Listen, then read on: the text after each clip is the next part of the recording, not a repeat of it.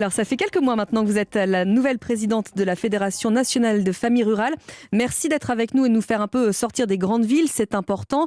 Avant de revenir sur ce projet de loi qui a été adopté en première lecture, je voudrais vous faire réagir tout d'abord à cette annonce de Bruno Le Maire qui s'est dit hier soir favorable au passage de 18 à 30 centimes de remise au litre sur les prix du carburant. J'imagine que c'est un début d'un commencement de soulagement. Oui, c'est un début, mais pour nous, c'est vrai que, bien sûr, vous devez penser, ce n'est pas suffisant. Le compte n'y est pas. Parce que c'est vrai que les familles dans le milieu rural actuellement, elles souffrent, elles sont inquiètes, parce qu'elles ont vraiment cette baisse du pouvoir d'achat.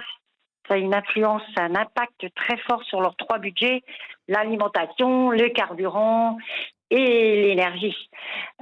Donc effectivement, c'est un début, mais pour nous, ce n'est pas suffisant. D'autant Ce qu'on n'est a, pas on a suffisant. très souvent deux voitures quand on habite loin des grandes villes Exact. et qu'on en a besoin. Voilà, c'est important. Dans le milieu rural, il n'y a pas d'alternative, très peu de moyens de transport, donc il faut deux voitures.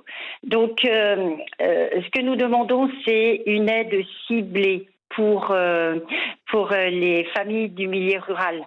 Effectivement, en ville, on peut utiliser les transports en commun, Bien sûr. mais dans le milieu rural, on ne peut pas. Donc, pour nous, c'est important cette aide, mais il faut la cibler par rapport au milieu rural.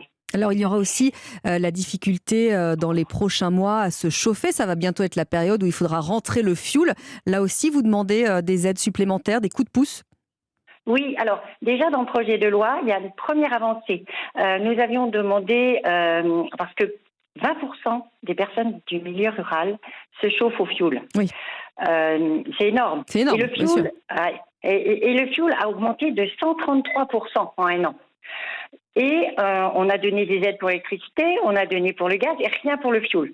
Donc, on a été entendu et dans le projet de loi, il y a une aide spécifique qui est notée pour justement aider les personnes qui se chauffent au fioul. Mais pour l'instant, on n'en a pas plus d'informations, on va suivre. Mais nous, ce qu'on dit à Famille Rurale, c'est qu'il ne faut pas occulter le problème des transitions. Effectivement, il faut aider les personnes qui chauffent actuellement au fioul. Mais il faut penser à l'avenir. Et nous savons que les chaudières à fioul vont disparaître. Bien sûr. Et c'est Pour presque aider, demain, ça va vite pour un foyer quand il faut voilà, payer. ça va, voilà. Donc nous, ce que nous demandons, c'est d'aider les familles qui veulent changer leur chaudière à avoir à zéro reste à charge. Mhm. Parce que c'est pas possible. Des familles qui sont bloquées avec tout leur budget, c'est compliqué actuellement. Si on leur demande de payer leur chaudière, les familles en grande précarité, mais aussi les classes moyennes. Donc on demande une aide pour permettre d'aller vers la transition énergétique et ainsi toutes les personnes qui voudront changer leur chaudière, ça sera plus facile. Allez. Parce qu'actuellement, c'est trop compliqué. Alors, troisième poste de dépense, évidemment, la nourriture. Est-ce qu'il n'aurait pas mieux valu, dans cette loi, jouer sur les prix à la consommation, par exemple, baisser les premiers prix? Nous avons un observatoire des prix qui vient de sortir et vous savez, l'inflation, c'est 5,8% à peu Pour près. l'instant. Pour l'instant. Mm. Et notre observatoire des prix on a ciblé 9 fruits et 10 légumes. Et on a, en résultat, 11% d'augmentation. C'est énorme pour les familles.